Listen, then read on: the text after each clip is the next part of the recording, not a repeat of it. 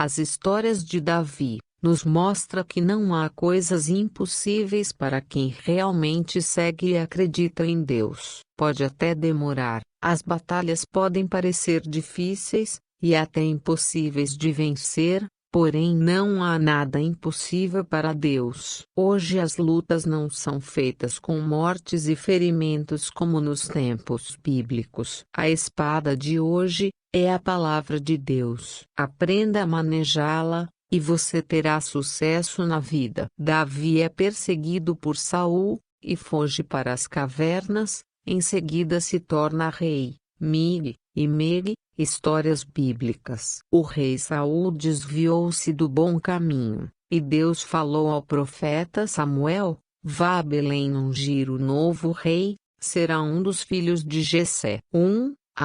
Eles foram apresentados a Samuel, e a nenhum deles Deus confirmou. Deus, que não vê aparência, mas o coração, escolheu Davi, o último, o caçula adolescente. Davi sabia que ele seria rei um dia, mas a princípio nada mudou. Davi gostava de música e tocava harpa. Um dia foi chamado à corte.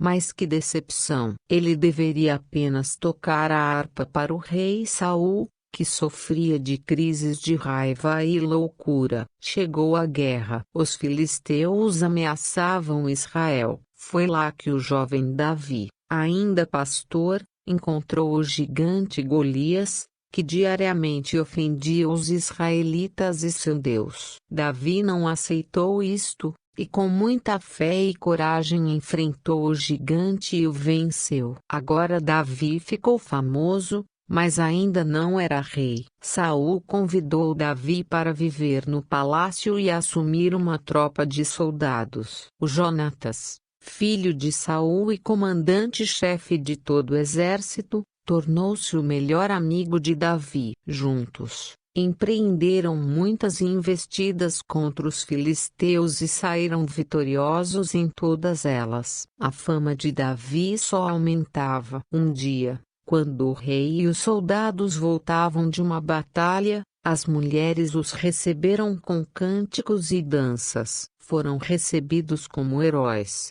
Entoavam um cântico: Saul matou milhares, mas Davi dezenas de milhares. Quando Saul escutou aquilo, ficou com uma mistura de raiva e inveja. A partir deste dia Davi começou a ser perseguido. Saul pediu que as manobras militares mais difíceis fossem dadas à tropa de Davi. Pensava que um dia os filisteus fariam o serviço de matá-lo, e assim garantiria o futuro reinado a Jonatas. Mas a fama e os prodígios de Davi só cresciam. O rei foi se irritando tanto que um dia assumiu isso e falou a Jonatas e a todos os seus oficiais: a próxima missão é matar Davi. Este homem está se tornando muito perigoso para o reino de Israel. Imediatamente Jonatas foi procurar seu melhor amigo e o incitou a fugir para salvar a vida. Davi fugiu para Gate, cidade dos filisteus. Aquis,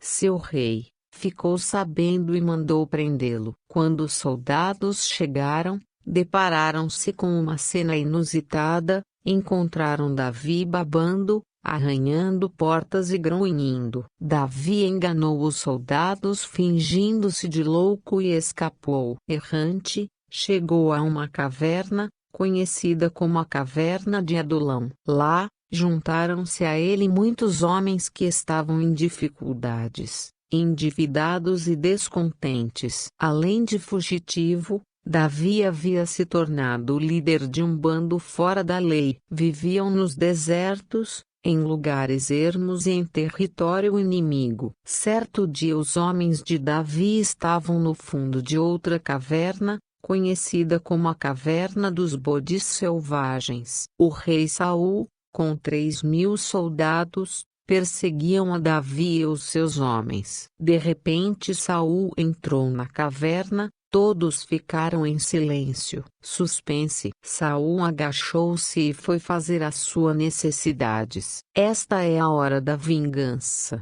cochicham os guerreiros. Mas Davi os impediu, dizendo que ninguém deveria tirar a vida do ungido do Senhor. Sorrateiramente ele chegou perto de Saul, e sem ser notado, cortou a pontinha do manto real. Quando o rei estava longe, Davi saiu da caverna e gritou ao rei: por que me persegues? O que eu fiz? Não sentes falta de nada? Veja aqui na minha mão, a pontinha do teu manto. Se eu quisesse fazer-te mal, eu teria aproveitado a chance porque tu estavas indefeso. O rei caiu em si, reconheceu o gesto nobre de Davi e reconheceu que Davi seria um rei melhor do que ele. Ele fez um último pedido a Davi, que quando chegasse a ser rei, não matasse sua descendência, como era costume dos reis que começavam uma nova linhagem. Davi,